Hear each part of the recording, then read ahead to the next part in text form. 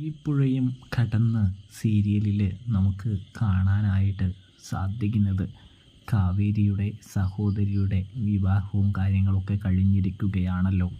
അങ്ങനെ ഭർത്താവിൻ്റെ വീട്ടിൽ വലത് കാല് വെച്ച് കയറുന്നുണ്ട്. ഭർത്താവിൻ്റെ സഹോദരനും ഭാര്യയ്ക്കും അത്ര വലിയ പിടിക്കുന്നൊന്നുമില്ല എന്ന് കാണാനായിട്ട് സാധിക്കുന്നുണ്ട്.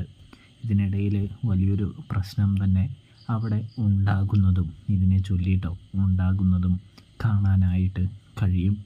ഇവിടെയാണെങ്കിൽ നമ്മുടെ കാവേരിയുടെ അച്ഛൻ്റെ കർമ്മങ്ങൾ നടത്താനായിട്ട് പോവുകയാണ്. കാവേരിനെയും വീട്ടിലുള്ള അമ്മയെയും മറ്റ് സഹോദരികളെയും ഒഴിവാക്കിക്കൊണ്ട് തന്നെയാണ് ഈ ചടങ്ങും കാര്യങ്ങളൊക്കെ നടത്തുന്നത് കേട്ടോ. അത് കാവേരിക്ക് അത്ര പിടിക്കുന്നൊന്നുമില്ല. അതുകൊണ്ട് തന്നെ കാവേരി എല്ലാവരെയും കൂട്ടിക്കൊണ്ട് കർമ്മങ്ങൾ നടക്കുന്ന സ്ഥലത്തേക്ക് പോകുന്നുണ്ട്.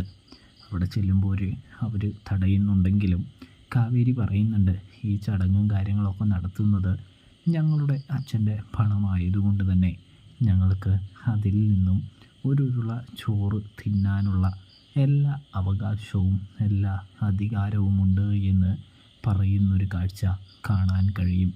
ഒടുവിൽ കാവേരി തങ്ങളുടെ അവകാശം നേടിയെടുക്കുന്നതും കാണാൻ സാധിക്കുന്നുണ്ട് പ്രേക്ഷകരെ.